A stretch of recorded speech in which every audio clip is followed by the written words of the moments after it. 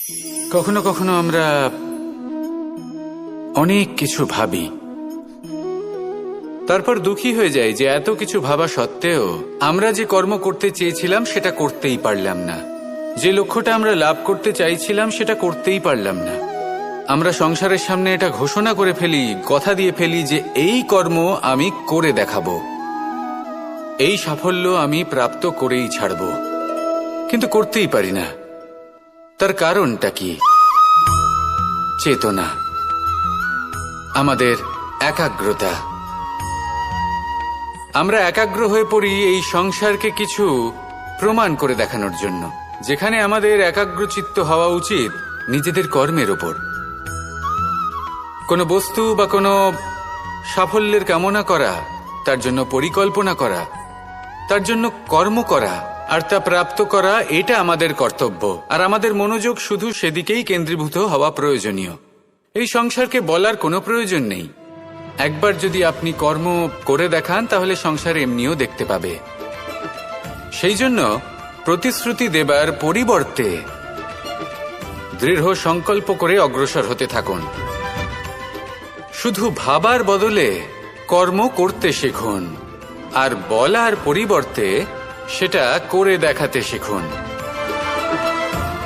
একবার সাফল্য লাভ করুন, তারপর এই সংসারকে বলবেন যে এটা আমি ভেবেছিলাম আর সেটাই আমি করে দেখিয়েছি। কর্ম করুন আর আসুন আমার সাথে ভালোবেসে বলুন, রাধা রাধা। সংসারে সকলের মনে বাসনা থাকে তারা যেন ধন অর্জন করতে পারেন। সবাই তার জন্য চেষ্টাও করেন। একটি অত্যন্ত ছোট শিশুও যখন সে কোনো উপহার পায় তার থেকে সে অবশিষ্ট ধন সঞ্চয় করতে চেষ্টা করে, কারণ আমরা ভাবি যে সংগ্রহ করলে আমরা ধনী হয়ে উঠতে পারবো, ধনবান হয়ে উঠতে পারবো। এবার এটাই কিন্তু গুণের ক্ষেত্রেও প্রযোজ্য। যদি আপনারা জীবনে গুণবান হতে চান তবে সংগ্রহ করার কোনো প্রশ্নই নেই। আপনাকে শুধু সম্পত্তি খরচ করতে হবে। আমি ধনের কথা বলছি না, আমি এই সংসারের সবথেকে মূল্যবান সম্পত্তির কথা বলছি, সেটা হলো সময়। গুণবান হওয়ার জন্য আপনাকে শুধু সময় খরচ করতে হবে, অর্থাৎ প্রত্যেক মুহূর্তে সদ্ব্যবহার করতে হবে, আর তাও উচিত প্রকারে। যদি এই কাজ আপনি করতে পারেন তাহলে আপনা থেকেই গুণবান হয়ে উঠবেন। আর একবার যদি গুণবান হয়ে উঠতে পারেন তাহলে ধনবানও হতে বেশি সময় লাগবে না। সেই জন্য জীবনে গুণ অর্জন করুন, সময়ের সদ্ব্যবহার করুন, আর আমার সাথে ভালোবেসে বলুন, রাধা। মন্দিরে যখনই আপনি যান সেখানে অবস্থিত প্রতিমার চরণ স্পর্শ করেন। যখন শিবলিঙ্গের অভিষেক করেন তখন স্বয়ং নিজে হাতে দুধ এবং জল দিয়ে তা ধৌত করেন, তার প্রক্ষালন করেন। কিন্তু এর পেছনে কোনো অন্ধবিশ্বাস নেই। এখানে বিষয়টা হলো ঊর্জা সংক্রান্ত। যে কোনো ব্যক্তি হোক বা কোনো বস্তু, তার নিজস্ব একটি বিশেষ ঊর্জা থাকে। সেই জন্য যখনই আমরা বড়দের চরণ স্পর্শ করি তখন সেই স্পর্শ দ্বারা সেই বিশেষ ঊর্জা আমরা নিজের অন্তরে সমাহিত করি। তাই সব সময় মনে রাখবেন, কারোর চরণ স্পর্শ করার অর্থ এটা নয় যে আপনি কারোর সামনে তুচ্ছ হয়ে যাচ্ছেন। এর অর্থ হলো এটাই যে বড় হওয়ার জন্য সেই বিশেষ ঊর্জা আপনি তার থেকে প্রাপ্ত করছেন। আর এই জীবনের আরেকটা বড় সত্য হলো এটাই যে যদি আপনি জীবনে কিছু লাভ করতে চান তবে নতমস্তক হতে শিখুন। তা হয় সেটা পরমেশ্বরের সামনে, বা মন্দিরের প্রতিমার সামনে, বা মাতা পিতার সামনে, বা কোনো মহাপুরুষের সামনে, বা ভালোবাসার সামনে। আসুন আর আমার সাথে ভালোবেসে বলুন, রাধা রাধা। আমরা সবাই জীবনে কামনা করি। কেউ ধন সম্পত্তির কামনা করি, কেউ ভালোবাসার, কেউ বন্ধুদের, কেউ নাম খ্যাতি আদি ইত্যাদি। এগুলো লাভ করার জন্য আমরা চেষ্টা করতে থাকি, পরিশ্রম করতে থাকি। কিছু সময় পরে অর্জনও করে ফেলি, কিন্তু সবকিছু অর্জন করার কিছু সময় পরে এরা রুষ্ট হয়ে যান, আমাদের থেকে দূরে চলে যান, বা আমাদের থেকে কেড়ে নেওয়া হয়। এমনটা কেন হয়? এমনটা এই কারণে হয় কারণ মানুষের একটা দুর্বলতা আছে। কোনো কিছুই অর্জন করার পরে আস্তে আস্তে সে তার মূল্য, তার গুরুত্ব ভুলে যায়, তার জন্য চেষ্টা করা ছেড়ে দেয়। আর এটাই হলো সবথেকে বড় সমস্যা। ঠিক যেমন কোনো ব্যক্তি যিনি ধন অর্জন করতে চান তার জন্য কঠিন পরিশ্রম করেন, হয়তো ধন অর্জন করেও ফেলেন, তারপর আস্তে আস্তে ওই ধনের মূল্য ভুলে যান, উচিতভাবে তা প্রয়োগ করেন না, আস্তে আস্তে তার ধন তার সঙ্গ ত্যাগ করে দেয়, সমস্ত পরিশ্রম ব্যর্থ হয়ে যায়। সেই জন্য মনে রাখবেন, এই সংসারে কিছু অর্জন করা অত্যন্ত কঠিন ব্যাপার, কিন্তু তার থেকেও বেশি কঠিন হলো সেটা নিজের সাথে ধরে রাখা। তাই জীবনে যখনই আপনি কিছু অর্জন করবেন তার গুরুত্বটা বুঝুন, আর তারপরে সময় সময় তার মূল্য নিজেকে স্মরণ করাতে থাকুন। কৃতজ্ঞ থাকুন যে আপনার পরিশ্রম আপনাকে এই ফল দান করেছে, আর চিরকাল পরিশ্রম করুন, তবেই আপনি যেটা লাভ করেছেন সেটা আপনার কাছে থেকে যাবে। আসুন আর আমার সাথে ভালোবেসে বলুন, রাধা রাধা। এই সংসারে আপনার সবথেকে বড় বন্ধু কে? কেউ বলবেন ছোটবেলার বন্ধুরা, কেউ বলবেন মাতা পিতা, কেউ বলবেন ঈশ্বর। এবারে বলুন যে এই সংসারে আপনার সবথেকে বড় শত্রু কে? কেউ বলবে আপনার বিরোধী, সেই ব্যক্তি যে আপনাকে হিংসে করে, বা আপনার নিজের অহংকার, আপনার কুকর্ম। আমি বলবো যে এই সংসারে আপনার সবথেকে বড় বন্ধু হলো আপনার নিজের মন। এই চঞ্চল মনকে যদি আপনি নিয়ন্ত্রণ করতে শিখতে পারেন, তাহলে এর থেকে বড় বন্ধু এই সংসারে আপনি কোথাও পাবেন না। সেখানেই যদি এই মন আপনাকে বশ করে ফেলে, তাহলে সংসারে এর থেকে বড় শত্রুও আপনি কোথাও পাবেন না। সেই জন্য এই সংসারকে নিয়ন্ত্রণ করার চেষ্টা ত্যাগ করুন। প্রথমে এই মনকে নিয়ন্ত্রণ করতে শিখে যান, তাহলে এই জীবন নিজে থেকেই সাফল্যের পথে অগ্রসর হবে। আর তখন এই মন প্রসন্ন হয়ে বলবে, রাধা। আমরা সকলে সামাজিক জীব, মানুষের সাথে দেখা সাক্ষাৎ করা এটা চিরকালই চলতে থাকে। আমরা কখনো কাউকে উপহার দিই, আবার কখনো কেউ আমাদের উপহার দেয়। কখনো কি এমন হয়েছে যে আপনি কাউকে একটা উপহার দিয়েছেন, কিছু সময় পরে বা কিছু মাস পরে সেই উপহারই ঘুরে ফিরে আপনার কাছেই এসেছে, অর্থাৎ সেই বস্তুটাই আপনার কাছে আবার ফিরে এলো? এরকম হয়। ছেলেবেলায় একদিন একজনের বিবাহ ছিল, তখন মা তাকে একটা উপহার দিতে চাইছিলেন, তাই তিনি একটা পোশাক বানালেন আর সেটাকে সুসজ্জিত করছিলেন। আমি দেখলাম আর জিজ্ঞেস করলাম যে মা, এই পোশাক এত সুসজ্জিত করার কি আছে?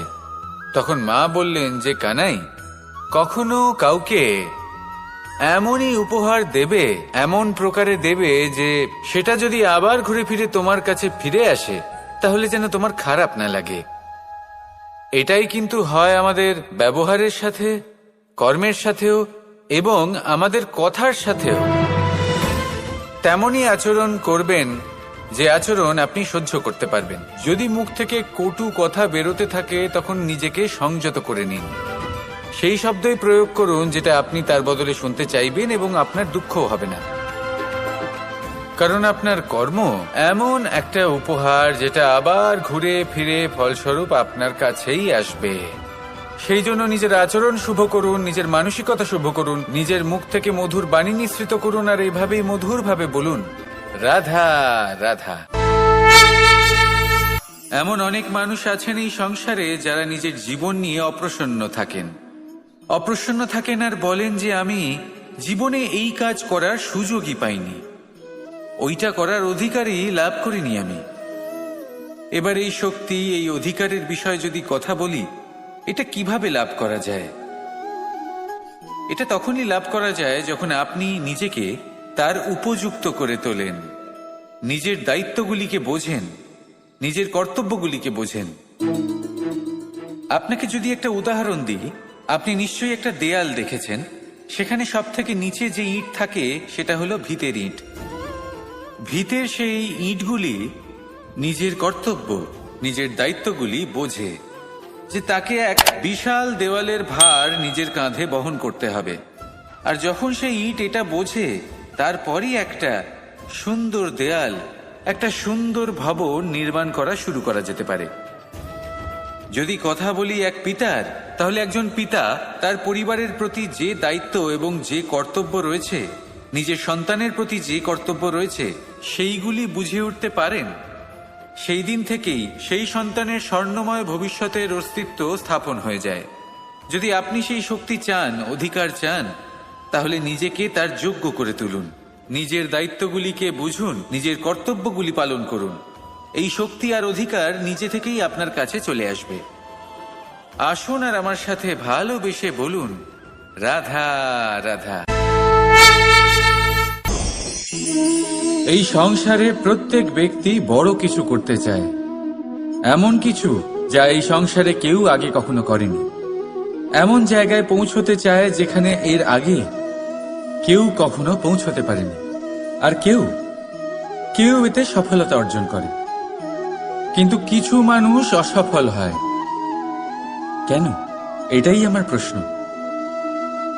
না তো তাদের ইচ্ছেতে কোনো কমতি থাকে, না কমতি থাকে তাদের চেষ্টায়। তাহলে কেন এরা পিছিয়ে পড়ে? এর উত্তর বড়ই সরল। এই সংসার। আপনাদের বলি কিভাবে। আপনারা সকলে সংসারে মহান কাজ করতে চান, সেই মান, সেই সম্মান পেতে চান যা এর আগে কেউ কখনো পায়নি। কিন্তু আপনার সমস্যা এটাও যে এই কাজে সংসার আপনার সাথে থাকছে না। বড়ই অদ্ভুত ব্যাপার। দেখুন, ভুলে যান গোটা সংসারকে, জীবনে একা একা এগিয়ে চলুন। গঙ্গ তার জন্যই অপেক্ষা করে আছে। রাধা রাধা। এই বৃক্ষ দেখতে পাচ্ছেন? বটবৃক্ষ। এই সংসারের সব থেকে বড় বৃক্ষের মধ্যে অন্যতম। কি না করে এই বৃক্ষ? অনেক বছর ধরে বেঁচে থাকে এই বৃক্ষ। এই বৃক্ষ সর্বদাই বাড়তে থাকে। কত পশু পাখিদের এই বৃক্ষ আশ্রয় প্রদান করে। পথ চলতি পথচারীদের এই বৃক্ষ ছায়া প্রদান করে, আশ্রয় প্রদান করে, বিশ্রাম করার জায়গা দেয়, শীতল ছায়া দেয়। বটবৃক্ষ সংসারের সব থেকে বড় বৃক্ষদের মধ্যে একটা বৃক্ষ। এই বৃক্ষের বীজ সর্ষে দানার থেকেও ছোট হয়, কিন্তু তা মাটির মধ্যে সমাহিত হয়ে যায়, নিজের খোলসকে ভেঙে প্রথমবার অঙ্কুরিত হয়। আর তারপরে আস্তে আস্তে আস্তে একটা ছোট্ট বীজ একটা বিশাল বটবৃক্ষে পরিণত হয়। জীবনে যদি সাফল্য পেতে চান, তাহলে এইভাবেই এগোতে হবে। ছোট ছোট পদক্ষেপের দ্বারা এই পথ চলা শুরু করতে হবে। সেই জন্য ছোট কাজ করতে কখনো সংকোচ করবেন না, ছোট কাজ করতে কখনো লজ্জা পাবেন না। যদি এই ছোট ছোট কাজ পূর্ণ নিষ্ঠা দিয়ে, পূর্ণ মনোযোগ দিয়ে, সততার সাথে করতে পারেন, তাহলে এই ছোট কাজের আকার বাড়তে থাকবে। তাই কাজগুলিকে কাজের মতোই দেখতে শুরু করুন। ছোট কাজ বা বড় কাজ এরকম ভাববেন না। তাহলে কর্ম করতে থাকুন। জীবনে আপনার অস্তিত্ব বটবৃক্ষের থেকেও বড় করে তুলুন। তাহলে আসুন আর আমার সাথে ভালোবেসে বলুন, রাধা রাধা। এই জীবন, এই জীবন দেখতে গেলে কিন্তু খুবই কঠিন। এই জীবন কি করি হে নারায়ণ, এটাকে একটু সহজ কি করে তোলা যায়? এই প্রশ্নই তো আসছে মনে। এর উত্তর স্বয়ং সেই মানুষের মধ্যেই লুকিয়ে, তার সিদ্ধান্তে, তার নির্বাচনের মধ্যে লুকিয়ে। এবার জীবনের যে কঠিন সময়গুলো থাকে, সেগুলো সেই প্রসঙ্গের মতোই হয়। যেমন ধরুন, আপনি হাঁটছেন আর হঠাৎ করে পায়ে কাঁটা ফুটে গেল। এবার আপনি কি করবেন? এমনও ব্যক্তি আছেন যারা সেই কষ্টের কারণে, সেই কষ্ট পাওয়ার ভয় পিছিয়ে আসেন। এমনও কিছু ব্যক্তি থাকেন যারা সেই আঘাতে নিরাময় করার জন্য সময় নষ্ট করবেন। কতটা জানি না। এমনও কিছু ব্যক্তি থাকতে পারেন যিনি হয়তো সেই কাঁটাকে তুলে নিয়ে তার ব্যবহার গজালের মতো করবেন, তাকে দেওয়ালে পুঁতে একটা সুন্দর ছবি লাগাবেন, যাতে সেই দেওয়াল আরো সুন্দর দেখতে মনে হয়। এটাই জীবনের সাথেও হতে পারে। এবার দেখুন, জীবন হলো কঠিন নাকি অত্যন্ত কঠিন সেটা গুরুত্বপূর্ণ নয়, সেটাকে সরল করার জন্য আপনি কি করছেন সেটা গুরুত্বপূর্ণ। জেনে রাখুন, আমরা সবাই মরণশীল, আমাদের সবার মৃত্যু হবে, প্রত্যেককেই এক না একদিন অবশ্যই মরতে হবে। আর এই প্রসন্নতাই আপনি বলবেন রাধা রাধা। লক্ষ্য, পথ আর সাফল্য, এই তিনটেই একে অপরের সাথে জড়িত, কিন্তু অনেকবার মানুষ এদের ঠিকভাবে বুঝতে পারেন না। তারা ভাবেন যে যেরকম লক্ষ্য হবে সেরকমই পথ হবে, সেই মতোই লক্ষ্য কঠিন হলে পথ কঠিন হবে, লক্ষ্য সরল হলে পথও সরল হবে। যদি আপনাকে আসল সত্যের সাথে অবগত করাই, তাহলে দেখবেন সবকিছুই এর উল্টো। লক্ষ্য নিজের পথ বানায় না, পথ সেটাই যেটা আপনি স্বয়ং নির্বাচন করে আপনি নিজে বানান। সেই অনুসারেই আপনি আপনার লক্ষ্যে পৌঁছতে পারবেন। সেই জন্য জীবনে যখনই লক্ষ্যে পৌঁছানোর পথের বিষয়ে আপনি কোনো সিদ্ধান্ত নেবেন, তাহলে তা ভেবে চিন্তে নেবেন, কারণ এই পথ অত্যন্ত গুরুত্বপূর্ণ। পথ যদি শুভ হয়, তাহলে লক্ষ্য আপনা থেকেই শুভ হয়ে যায়। তাহলে আসুন আমার সাথে ভালোবেসে বলুন রাধা রাধা। প্রজাপতি আকাশে উড়ে বেড়ায়, সে সুন্দর ফুলের রস আস্বাদন করে, উন্মুক্ত উড়ে বেড়ায়, কিন্তু তারও বিপদ কম কিছু নেই। যেমন হলো পতঙ্গ, জন্তু এই প্রজাপতিকে নিজের আহার করে নেয়, তাকে এদের থেকে সাবধানে থাকতে হয়। সত্য হলো এটাই যে এই প্রজাপতি ততদিনই সুরক্ষিত থাকে যতদিন এদের পাখনা বৃদ্ধি পায় না।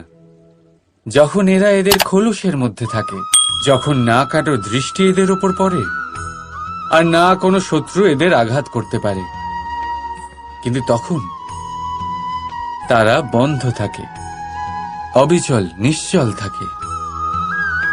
এই সুন্দর সংসার দেখার জন্য, এই সুন্দর আকাশ পাওয়ার জন্য তাকে তার সুরক্ষা ক্ষেত্র থেকে বাইরে বেরিয়ে আসতেই হয়। আর এটাই জীবনের নিয়ম। মানুষের সাথেও ঠিক এরকমই হয়।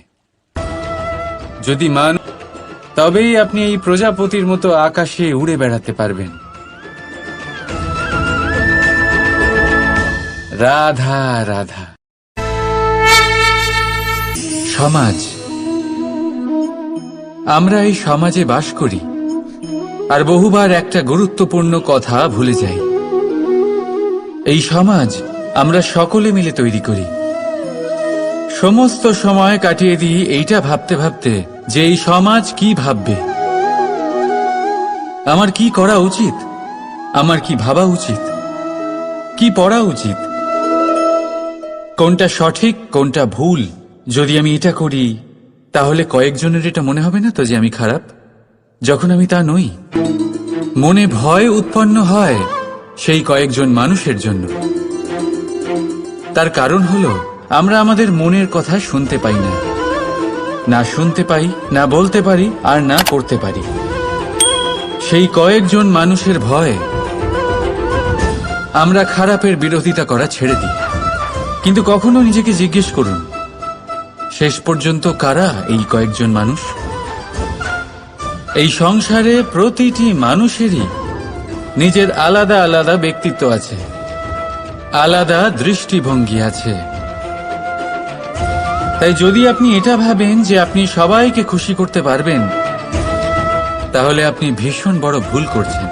জীবনে কর্ম তাই করুন যাতে আপনার অন্তরাত্মা সন্তুষ্ট হয়, আর অন্তরাত্মা সন্তুষ্ট তখনই হবে যখন আপনার কর্ম শুভ হবে।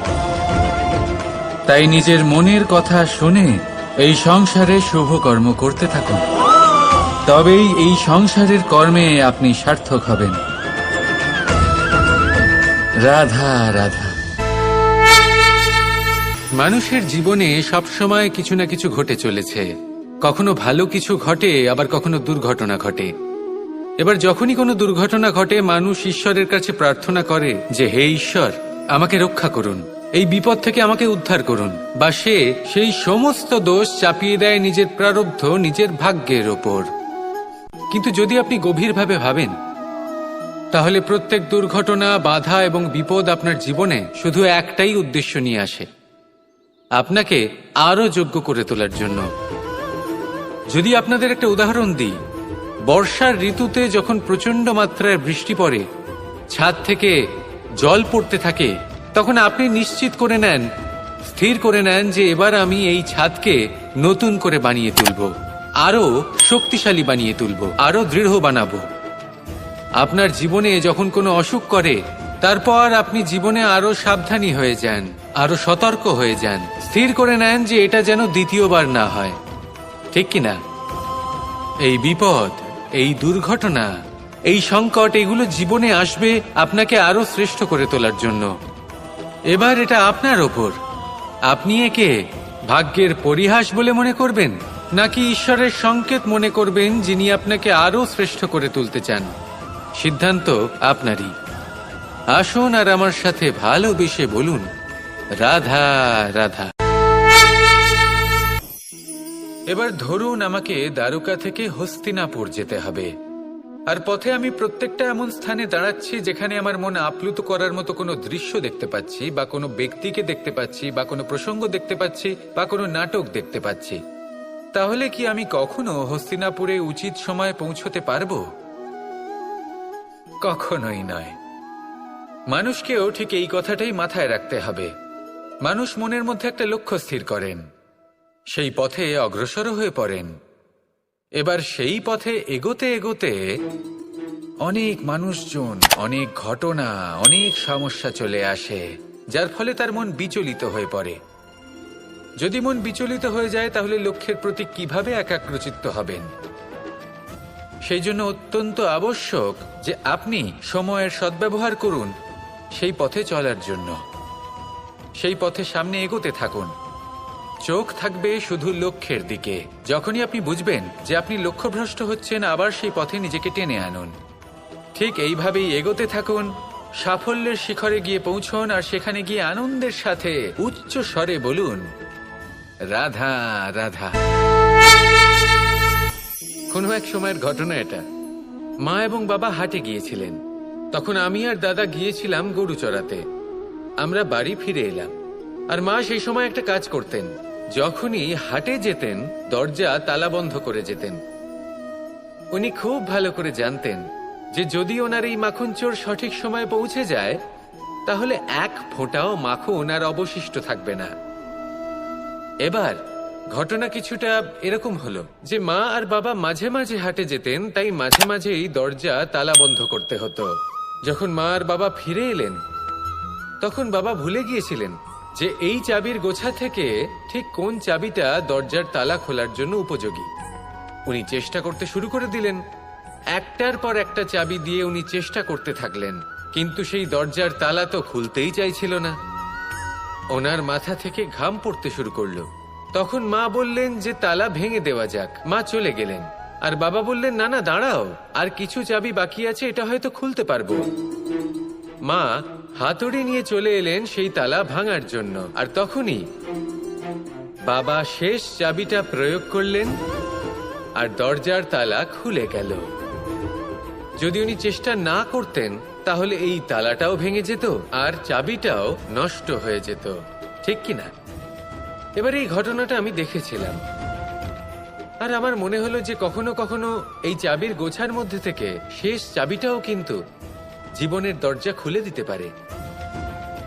সেজন্য আপনি যদি জীবনে সাফল্য লাভ করতে চেষ্টা করেন, নিজের লক্ষ্যে পৌঁছতে চান, তাহলে হার মানবেন না। হয়তো দেখবেন আপনার পরবর্তী প্রচেষ্টা বা এই অন্তিম প্রচেষ্টা আপনাকে সাফল্যের পথে নিয়ে গেল। তাই নিরন্তর প্রচেষ্টা করতে থাকুন, জীবনে সাফল্য লাভ করুন, আর আমার সাথে ভালোবেসে বলুন, রাধা রাধা। মানুষ নানান ধরনের বাসনা পোষণ করেন, তাদের নানান ইচ্ছে থাকে, অভিলাষা থাকে, নানান কামনা করতে থাকেন, স্বপ্ন দেখেন, প্রার্থনা করেন যেন তা সফল হয়, নিজের সম্পন্নতা কামনা করেন, আর শেষে নিরাশ হয়ে যান কারণ এসব কিছুই পান না। আপনাকে একটা ছোট্ট উদাহরণ দিই। জঙ্গলের রাজা কাকে বলা হয়? সিংহকে। এবার যেহেতু সিংহ বনের রাজা, তাই হরিণ তো তার কাছে এসে এটা বলতে পারে না যে আপনি হলেন বনের রাজা, তাই আপনি আমাকে মেরে ফেলুন, আমাকে খেয়ে ফেলুন আর নিজের ক্ষুধা নিবারণ করুন। এমন তো হয় না। সিংহ যতই বনের রাজা হোক, তাকেও পরিশ্রম অবশ্যই করতে হয়, তবেই তার ক্ষুধা নিবারণ হয়। সেইভাবেই আপনার সমস্ত স্বপ্ন, আপনার সমস্ত ইচ্ছে, আপনার সমস্ত অভিলাষা, সমস্ত আকাঙ্ক্ষা পূরণ হবেই, অবশ্যই হবে, পরিশ্রমের দ্বারা। শুধু ভাবলেই হবে না। তাহলে আপনিও জীবনে পরিশ্রম করুন, নিজের সমস্ত স্বপ্ন পূরণ করুন, আর আমার সাথে ভালোবেসে বলুন, রাধা রাধা। ভগবান আর ভক্ত যখন একাকার হয়ে যায়, যখন ভক্ত তার ভগবানের প্রতি এবং নিজের জীবনের উদ্দেশ্যের প্রতি সম্পূর্ণরূপে সমর্পিত হয়, তখন জন্ম নেয় ভক্তি। এই সংসারের সমস্ত আশা হয়তো আপনার সঙ্গ ত্যাগ করে দিতে পারে, তখনও ভক্তি সাথে থাকবে। ভক্ত আর ভগবান যখন একাকার হয়ে যায়, তাদের মধ্যে কোনো পার্থক্য থাকে না। তারা এক হয়ে যায়, এক ব্যক্তিত্ব, এক অস্তিত্ব। সেই জন্য কখনো জীবনে যে কোনো রূপেই, যে কোনো প্রকারেই, যে কোনো ঈশ্বরকে মান্য করুন, মনের মধ্যে শ্রদ্ধা ভাব জাগ্রত করুন, মনে ভক্তি ভাব জাগ্রত করুন। এই সমগ্র সংসারে সব কিছু আপনাকে ছেড়ে চলে গেলেও তখনও এই ভক্তি শুধুমাত্র আপনার উত্থান ঘটাবে। তাই মনে ভক্তি জাগ্রত করুন আর আমার সাথে ভালোবেসে বলুন, রাধা রাধা। কর্ম কর্ম সর্বদাই শান্ত মনে করুন। ভিতের সেই ইটের মতো করুন যে শান্তভাবে 7 হাত গভীরে অবস্থান করে।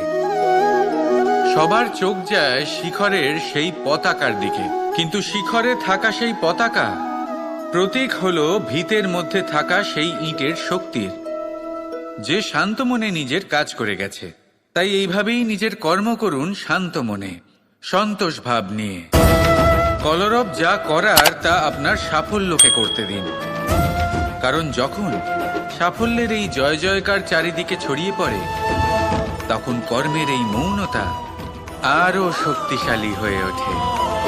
তাহলে আসুন আমার সাথে ভালোবেসে বলুন, রাধা রাধা। মানুষ জীবনে সবসময় সুখ পেতে চান, কিন্তু এই সুখ এটা আসলে কি? এই সুখের আসল রূপ কি? আমি বলি, সুখের আসলে 2টি রূপ হয়, বাহ্যিক সুখ, আত্মিক সুখ। আর এটা ঠিক তেমনই হয় যেরকম আমাদের শরীরের সাথে জড়িত ছায়া আর আমাদের শরীরের মধ্যে বসবাসকারী আত্মার। যদি ছায়ার কথা ভেবে দেখেন তাহলে বুঝতে পারবেন, আমাদের শোবার সময় ভোরবেলা এই ছায়া অনেক বড় হয়ে যায়। যখন এই সূর্য মাথার ওপরে চলে আসে, তার তাপ বেড়ে যায়, তখন এই ছায়া ছোট হয়ে যায়। আর যেই অন্ধকার নেমে আসে, এই ছায়া আপনার সঙ্গ ত্যাগ করে। এরকমই হয় বাহ্যিক সুখ। আর এবার কথা বলি আমাদের শরীরের মধ্যে বসবাসকারী এই আত্মা। এই আত্মা কখনো আমাদের সঙ্গ ত্যাগ করে না, সব সময় আমাদের সাথে জড়িয়ে থাকে। এরকমই হয় আত্মিক সুখ, যা সব সময় আমাদের সাথে থাকে। আত্মিক সুখ কারোর সেবা করে, আত্মিক সুখ কাউকে সাহায্য করে, আত্মিক সুখ প্রেম বোধের, যা কখনো আমাদের সঙ্গ ত্যাগ করে না। সেখানে বাহ্যিক সুখ, যতক্ষণ আপনি সম্পন্ন কিছু মানুষ এবং সুবিধার সাথে আছে, এই বাহ্যিক সুখ আপনার সাথে থাকবে। সম্পন্নতা চলে গেলে, মানুষজন চলে গেলে, সুখ সুবিধা চলে গেলে, বাহ্যিক সুখও চলে যায়। তাহলে এই আত্মিক সুখ খুঁজে নিন এবং সেই সুখের সাথেই বলুন,